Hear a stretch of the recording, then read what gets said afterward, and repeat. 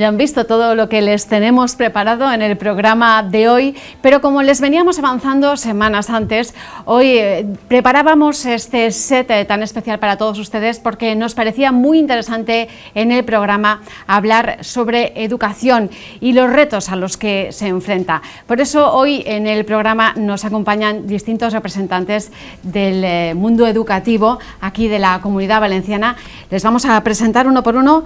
Frank Corbí es el vicepresidente nacional de NAPS y ACADE. Bienvenido. ¿Qué tal? Al programa. ¿Qué tal? También está con nosotros Alejandro Monzonis, presidente de la Comunidad Valenciana de ACADE. Hola, muy buenas. Bienvenido. Y también está Vicenta Rodríguez, secretaria autonómica de Escuelas Católicas. Bienvenida también a Revista de Sociedad. Y por último, Alberto Villanueva, presidente de FECEVAL CC. Bueno. Encantados de teneros aquí en el programa. Me vais a permitir 2 minutitos que vamos a respirar y arrancamos con este debate tan interesante. En un momentito volvemos y empezamos.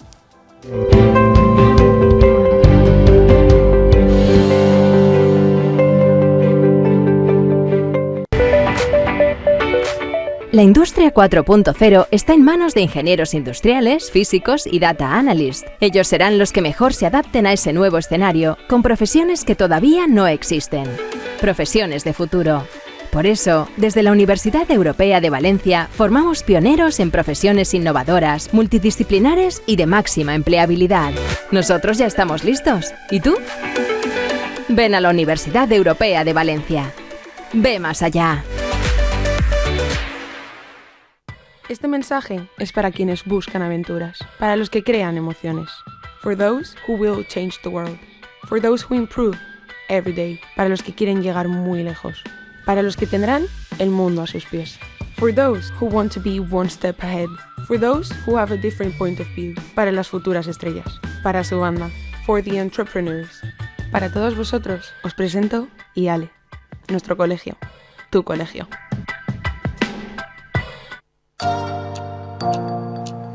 No te quedes sin verano otra vez.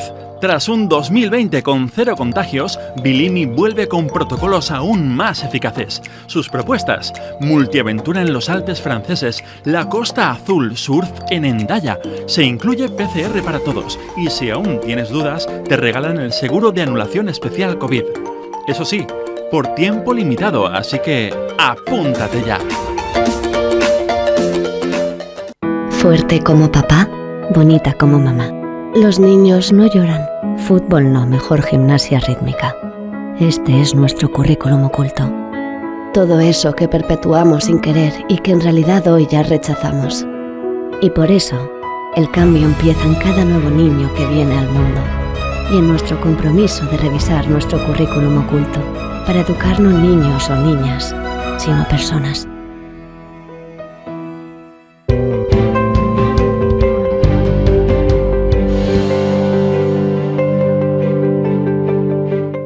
Arrancamos esta revista de Sociedad especial dedicado a la educación porque sin duda venimos de una pandemia donde se han evidenciado muchísimas grietas en torno al mundo educativo y nos parece interesante pues abordarlo y sobre todo en una época en la que los padres pues empiezan también a escoger los colegios para sus hijos, los que se inician muchas veces en las matriculaciones.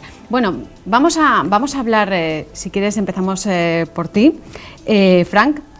Cuéntanos, ¿qué piensas tú que ocurre cuando se habla tanto de que la sociedad es plural, pero luego existe una idea muy generalizada de que también la educación debería ser justo lo contrario, debería ser pues, un modelo único? Vosotros defendéis lo contrario, ¿no? Efectivamente, defendemos totalmente lo contrario. Pensamos que las familias deben de tener la libertad para escoger el modelo educativo que más buscan para sus hijos.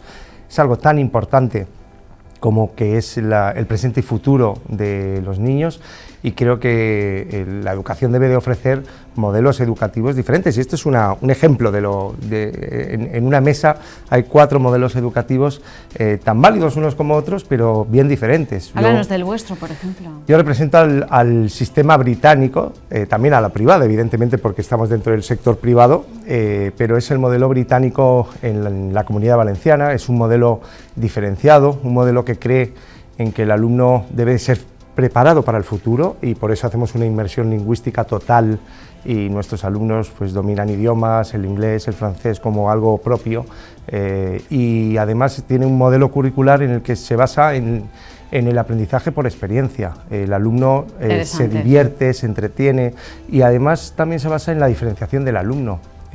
No creemos en que todos los alumnos son iguales, creemos que todos los alumnos son diferentes, que todos tienen un potencial, y es el currículum, el profesorado, la organización del colegio la que debe de orientar esa formación para cada alumno. E impulsarlo, evidentemente. Alejandro. Pues siguiendo un poco con lo que venía diciendo Frank, yo represento a la escuela privada totalmente, y bueno, pues junto con la escuela británica tenemos cosas en común, muy parecidos, porque para nosotros lo más importante es el estudiante. Ofrecemos una educación completamente diferenciada, donde para nosotros, dentro de la enseñanza privada, los idiomas es fundamental, que nuestros estudiantes salgan al mundo laboral con un conocimiento completo de idiomas, con un conocimiento completo de destrezas, de aptitudes, donde el alumno se sienta capaz por él mismo de llegar a alcanzar los retos que ellos tienen a lo largo de este proceso. Nosotros les acompañamos en el proceso educativo, y la enseñanza privada, bueno, pues es un modelo. ¿Es un modelo más? Correcto, es un modelo más donde englobamos dentro de la enseñanza privada pues el sector de la internacionalización, el sector de las experiencias, de las finanzas, de la robótica. Es decir, ampliamos el currículum que tenemos dentro del sistema educativo español en la medida de lo posible. Buscáis un poco la diferenciación aportando algo más, ¿no? Correcto, ese es el modelo que nosotros defendemos desde la enseñanza privada, que el modelo no sea un currículum estático, cerrado. Escuela única que... Correcto, que parece porque si que... buscamos una sociedad plural, pues también en la educación tenemos que ser plurales, y los padres son los que en definitiva tienen que elegir dónde quieren llevar a sus hijos para que se les forme de cara al futuro, porque como decía Frank, es el presente y es el futuro. Sobre ¿no? todo sin recibir críticas, ¿no?, del resto de la sociedad, que eso también es bastante habitual. Vicenta, cuéntanos. Pues nuestras escuelas católicas indican que la sociedad es tan plural que en nuestros centros se forma a personas, igual que habéis dicho vosotros, ¿no?, que en un futuro serán capaces de vivir unos valores, los del Evangelio, porque nuestra labor no es solo educativa, es una labor también evangelizadora y una labor de compromiso social. Por lo tanto, nuestro interés es formar a esos ciudadanos comprometidos, capaces de transformar un poquito esta sociedad, de hacerla mejor de lo que es actualmente, y para eso pues tenemos la pluralidad de carismas, de diversidad religiosa que tenemos con diferentes centros, 300 en la Comunidad Valenciana, que intentamos darle pues ese espíritu a valores, ¿no? Valores a la educación. Yo creo que falta mucho, ¿no?, apostar por eso. Yo personalmente cierto.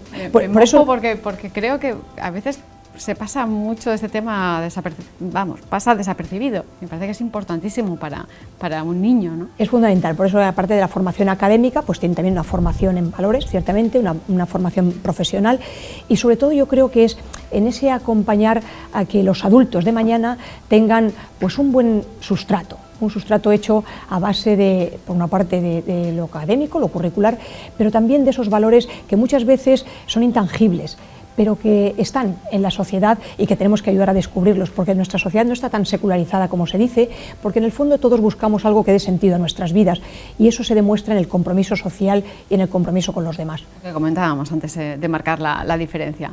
Alberto. Bueno, pues yo represento un poco al conjunto de la mesa, ¿no?, porque nuestra organización también somos más de 250 centros educativos en la Comunidad Valenciana, y tenemos tanto centros privados como concertados, y además aglutinamos pues centros religiosos, centros laicos, cooperativas, centros de integrados, de FP, es decir, tenemos un amplio abanico de centros con la pluralidad, ¿no?, que es lo que hemos empezado a hablar y es lo que abogamos. Nosotros, la enseñanza concertada, abogamos por la pluralidad totalmente. La sociedad es plural, por tanto no pueden existir centros de una sola manera, de un solo uso, sino que tiene que tener los padres tienen la capacidad y deberían de tener la capacidad de elegir allí aquello donde la sociedad somos plurales y todo lo que ofrecemos. Por lo tanto, yo creo que los centros educativos de una comunidad tienen que ser plurales porque la sociedad es plural. Yo creo que más básico no puede ser. Así es. Y visto lo visto, Alejandro, ¿crees que es necesario ese pacto educativo? Yo creo que es necesario y fundamental. Fundamental. La educación tiene que estar al margen de la política, venga quien venga, sea de un partido, de un color o de una tendencia. En este caso, la educación va mucho más allá y deberíamos de tener un pacto para velar por los intereses de todos los estudiantes, no solamente de los centros privados, sino de todos los estudiantes, para que rememos todo al mismo tiempo y busquemos la excelencia educativa y que todos los alumnos consigan alcanzar sus objetivos. Porque imagino que eso también será una petición que os harán en muchas ocasiones, ¿no, Vicenta? Es sí. Algo que está en el aire, ¿no? Está en el aire. El pacto educativo va más allá del mero trayecto político, ¿no? Yo creo que el pacto educativo sería muy fácil de conseguir si realmente tuviéramos capacidad de decisión los que nos dedicamos a la educación, los que realmente sabemos ver más allá de la tendencia política o de los intereses partidistas. Entonces, si fueran rectores de universidad, directores de centros, los que nos sentáramos con el Ministerio, seguro que llegábamos a esos mínimos para que todos los alumnos, como decía Alejandro, puedan alcanzar sus metas. Porque evidentemente muchas veces cuando se habla de educación es verdad que cualquiera se ve en posesión de la verdad y cualquiera puede opinar y claro, ahí están los profesionales, ¿no?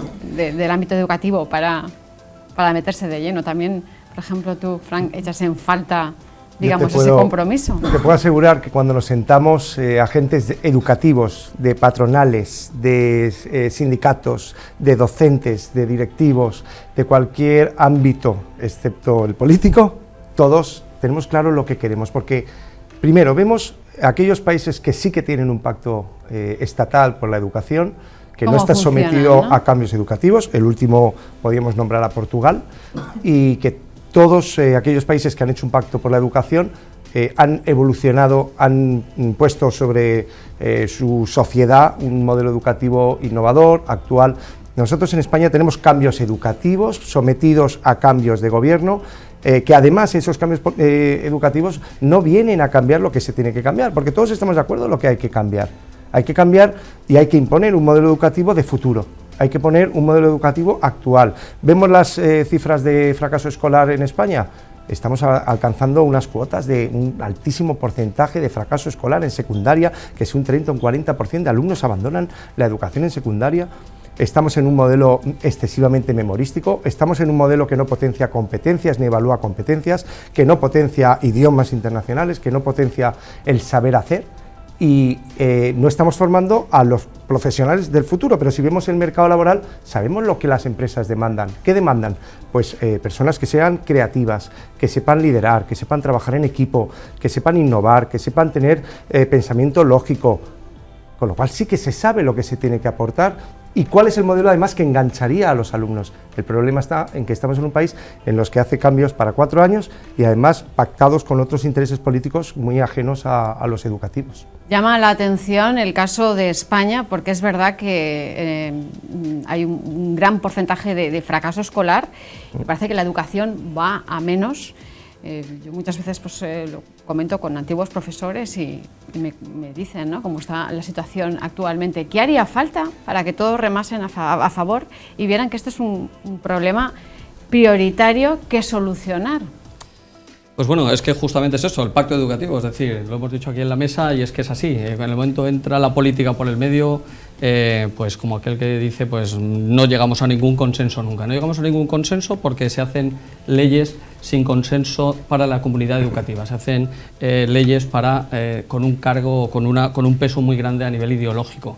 Entonces ahí es donde no se llega nunca a ningún puerto, porque evidentemente todo el conforme que llevan los partidos políticos, todos llevan su parte ideológica. Por lo tanto, si nos dejaran verdaderamente a la gente que trabajamos por la educación, el pacto creo que lo tendríamos firmado en 10 minutos. Y todos os pondríais de acuerdo. Claro, sí. Todo el mundo sabemos hacia nada. Lo que sí que hay que llegar a es una estabilidad de una ley de consenso ya real, de una santa vez, porque hemos estado muy cerquita de ese pacto educativo y, como siempre, por matices políticos no se ha llegado nunca a ese pacto. Y el gran beneficiario de todo este pacto educativo no somos los centros ni las patronales, es el sistema educativo y los alumnos de este país. Los niños del futuro, ¿no? que mejor pilar de un país que la formación y los niños y que la reciban. Los profesores de hoy en día que se preparan en las universidades, ¿son los profesores que necesitan los centros educativos de hoy en día, Vicenta? No, porque tenemos unos centros de formación, unas universidades que siguen reproduciendo el sistema del siglo XVIII, contenidos memorísticos, metodologías antiguas. Entonces quizás falta que el profesorado de la universidad se recicle, innove y esté en el aula, en contacto con el alumnado. Porque si no, pues nos damos cuenta de que simplemente lo que vamos a es fabricando maestros que ya una vez que están en nuestros centros, entonces es cuando realizamos una formación, una innovación, para que esos maestros puedan desde esa realidad del aula trascender y un poco educar más hacia esa modernidad, ¿no? Que un profesor sale formado de la universidad, pero no lo suficiente para a lo que se va a encontrar. A nivel académico, Betis, a nivel académico salen perfectamente. Sí. Los planes de estudio son perfectos y están muy bien matizados. El problema es cuando vienen a la realidad de los centros educativos. Podemos hablar de idiomas, por ejemplo. Un alumno universitario llega a un centro educativo con un B2, vamos a poner el caso de un inglés, y realmente no tiene una capacidad directa de dar la clase en inglés, por tanto algo falla en el sistema. Es decir, sí, formamos a mucha gente, tenemos muchos títulos o tenemos titulitis, pero la realidad luego de los centros educativos es otra. Innovación, por ejemplo, se viene con pocas ideas innovadoras desde la universidad. Entonces, todo esto lo sufrimos un poco en los centros educativos. Por lo tanto, entendemos también en la pregunta que has hecho que no vienen como nosotros nos gustaría que vinieran a nuestros centros. Estoy recordando, ¿no? En otros países la profesión de profesor es algo muy serio. Hay gente, la gente que se dedica a ello es realmente gente extraordinaria y con un sueldo también extraordinario. Claro. Sí. Claro, estamos a años luz de todo esto. Ahí tienes el ejemplo de, sabes, vengo del sistema británico, ¿no? Y la verdad es que yo envidio mucho. En la sociedad británica, por ejemplo, el profesorado primero es un órgano colegiado, como aquí un médico o un abogado. Tienen el prestigio social reconocido, la defensa de una capa docente prestigiada, una formación muchísimo más amplia. Necesitan 7 años para obtener la titulación definitiva que les habilita como docentes, y aparte, como tienen un pacto de Estado por la educación que no está sometido a los vaivenes políticos, hace que la gente esté mucho más implicada, le guste más su sistema educativo, y eso hace una cultura también del docente en la que hay incluso publicaciones habituales dentro de la cultura docente, en la que comparten, en la que es como los médicos, ¿no? Que tienen sus propias publicaciones. Muy vocacional, además. Vocacional y profesional. Es muy importante esto. Eso no significa que aquí no hay mucha vocación. De hecho, el problema está en que en la educación en España se deja al amparo del profesional, el que quiera tener esa innovación o esa iniciativa, pues que la haga, ¿no? Pero el que no, pues tampoco lleva esa fuerza, ¿no? Esa demanda necesaria para que la educación debía ser un pacto de Estado el que potencie esa actitud de innovación, esa actitud de un modelo educativo que los alumnos están demandando, que es un modelo, como decía Vicenta, anticuado, que no representa ni habla a la sociedad de las nuevas generaciones, el que lo haga. Y tenemos ese modelo británico que tiene pacto de Estado, el modelo portugués y otros modelos de otros países que son excelentes, que divierten al alumno, que hace que el alumno se implique y también el docente se sienta orgulloso de lo que está haciendo, y además no tiene que cambiar cada 4 años y adaptarse a un nuevo modelo, sino sabe cuál es y se siente parte de ese modelo. Tenemos un modelo completamente distinto al británico, tengo que decir, porque también he estado allí viviendo y es un cambio absolutamente radical. Hablamos de nuestros niños del futuro que vienen, bueno, pues con una formación que se queda a veces a medias, y luego se enfrentan a la vida real, están preparados los jóvenes cuando salen a la calle, el mundo laboral se acopla a lo que ellos han han estudiado, para lo que se han formado? Bueno, yo te diría que cuántas personas están trabajando hoy en día en algo que no han estudiado, que han realizado una carrera y que luego cuando han ido al mundo laboral pues resulta que el trabajo que están desempeñando no tiene nada que ver con la carrera que han estudiado, ¿no? Eso sería para estudiar en profundidad, porque es verdad que nosotros preparamos a los alumnos de cara a continuar sus estudios, bien sean en ciclos formativos o estudios universitarios, en definitiva, para que se preparen para la vida.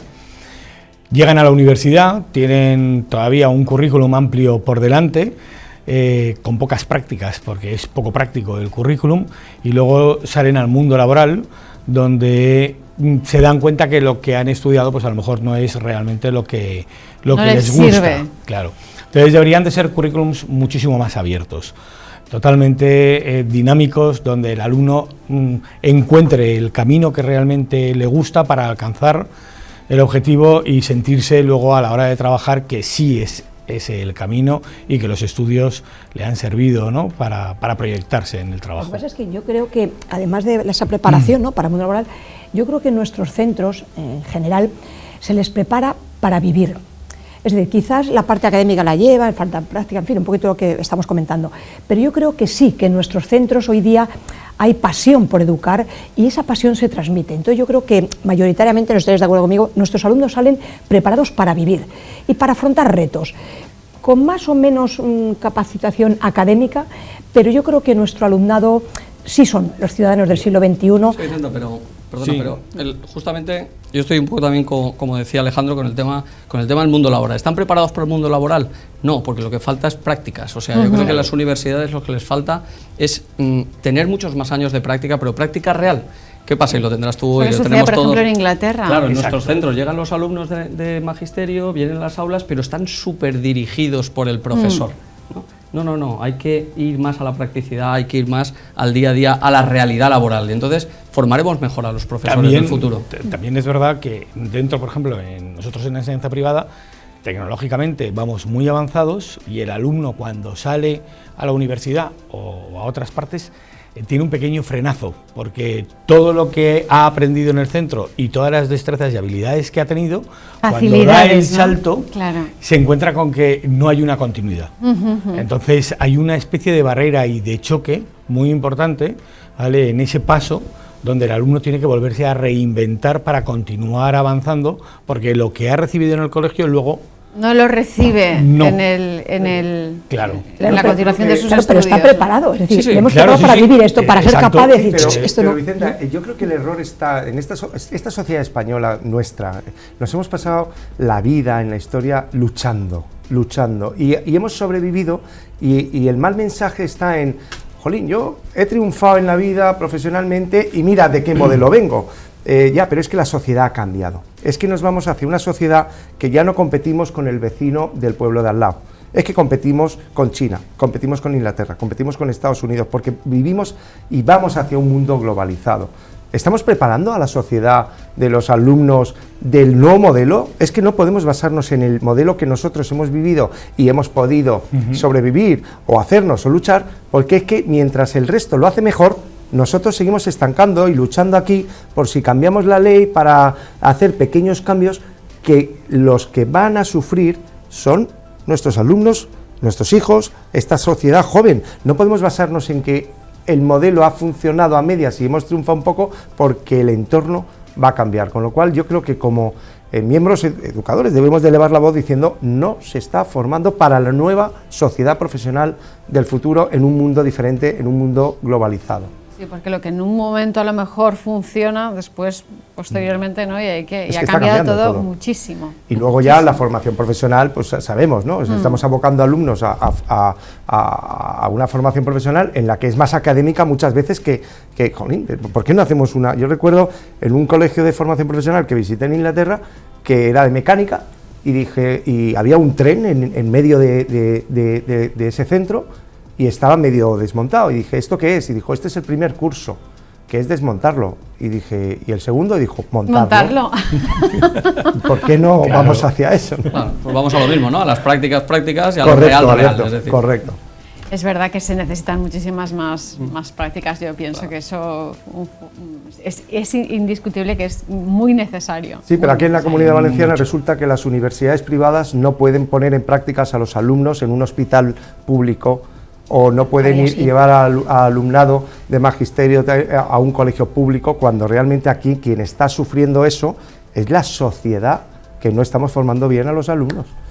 Con lo cual estamos aún frenando más a esas prácticas. Todo el mundo tiene esa parte de responsabilidad. A mí me gustaría, ya que estamos llegando ya al final de este debate, que cada uno de vosotros hiciese una reflexión o un llamamiento, algo que se nos haya quedado en el tintero y que os gustaría pues remarcar.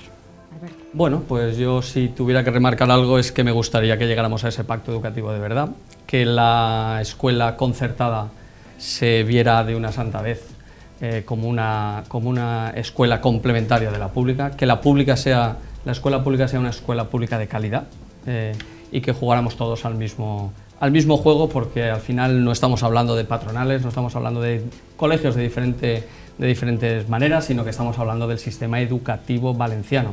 Y tan valenciano es un alumno que va a la escuela concertada religiosa, como a la privada, como a la concertada laica. Es el mismo, y entonces no puede haber discriminación por el título de ser un colegio de una titularidad. A ver si en la santa vez podemos llegar, si no al pacto educativo, a tener una única red sostenida con fondos públicos, y la privada, por supuesto, a la cual también nosotros representamos, que esté en el panorama educativo valenciano y español.